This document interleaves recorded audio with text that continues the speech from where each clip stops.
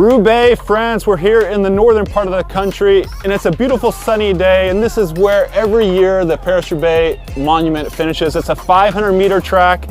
The riders do it 1.5 times at the end of a cobbled monument. They're racing around a smooth concrete track and the tactics are incredible. Steve Bauer finished second in 1990. Now he's a sports director for Team Astana. Steve, tell me about what are the tactics involved sprinting on this track? Well, when you come into the Velodrome, you really have to think about your competition, size them up. You know, who's strong in the final of a long classic race like Roubaix, who might have that extra kick at the end.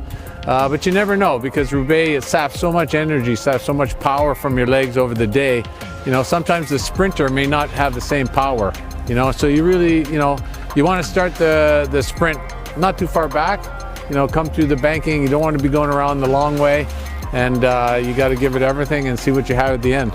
And I think back recently to that 2016 year, Tom Boonen was going for his 5th Roubaix win. It would have been a record Roubaix, and it was his last race of his long career, and got beaten by Matthew Heyman, who's ridden so many Paris-Roubaix. And in that sprint it was complicated because we had also Ian Stannard coming around the outside in the final curve. Tactics are so incredible, and even a great like Tom Boonen couldn't pull it off that day. Yeah, I think everyone was a little surprised with Heyman taking the win from Tom, but you know, Tom had done a lot of work coming into the Velodrome in the final kilometers. He was really trying to keep it together, and people thought he still had the strength to win the sprint. But when, you know, someone like Heyman has the legs, has the power at the end, it just shows. You know, it's not necessarily about the best sprinter. It's about who's got the gas in the tank to take that final sprint. So Roubaix is a unique race, and we spoke to some of the riders to find out about the tactics when you finish on a Velodrome, what you need to keep in mind when you're sprinting for the win.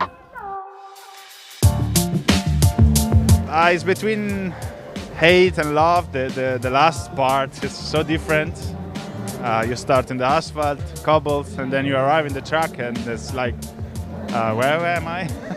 Not about liking. I think it's more the toughness is Carrefour de Larme, because it's in the end of the race. The legs are pretty fatigued at that moment, and you know, it's a big velodrome, not a small velodrome like at Kuip or something like that. So you have a lot of space. I grew up racing on the Velodrome, and you know, definitely taking the run off the banking helped me, and the fact that knowing that, you know, it is very hard to come around somebody on a track. You know, it's not sprinting side by side where everything's equal.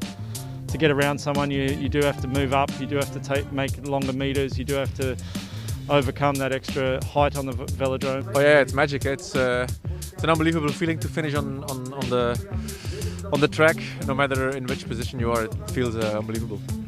I think it's for sure very helpful if you've done track racing in the past, and you know a little bit how you move in a sprint, how you prepare a sprint. It can be a big disadvantage if you have no idea what to do when you go into the track. But that's what it makes it so special, but that's what it makes it unique, and that's why not only me love it so much, but so many other people are fascinated about it.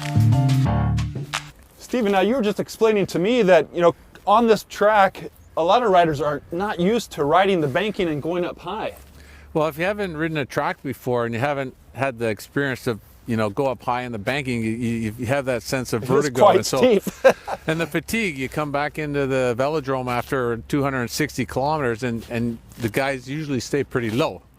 But it's actually quite an advantage if you can ride high, because you see your opponents behind you. You know, you can watch who's trying to come through, and you also have the advantage to use the banking to accelerate. And it is quite impressive here. In this track, it's cement and it's rough in some parts. Keep in mind it was built in the late 30s, first used in 1943 for the Roubaix finish. Before that, they finished on another Velodrome. A few years they finished outside on the road. But this banking just adds another element to what is a French monument, a beautiful race. Well, it's such a classic finish, you know, coming into the Velodrome after all the, you know, 50 kilometers plus of cobblestones, the battles that happen. And it's, you know, it's a wonderful venue, the historic, you know, a lot of public can be here, perhaps not in COVID times, but it's a spectacular atmosphere to finish such a historic race. And from here on in, it's probably another 100, 150 meters to the finish line. And you were on the BMC team in 2017 when Greg Van Avermaet right here in the final straight. It wasn't quite a clear run to the finish for him, was it? Or for Stybar? Yeah, so Greg, on that one, he came from behind, but on the lap prior, the bell lap, they were coming down this railing, and I think Stybar clipped a spectator, so they were so close to the rail. Stybar let it out, and Greg just had the good kick to come around in the last 100 meters. And it was here on the Velodrome, Van Avermaet pulled off one of his biggest victories yet. Now, wars have stopped Paris-Roubaix in the past, and last year was the coronavirus, but for sure this Velodrome is going to see another dramatic sprint finish here to the line this April 2021.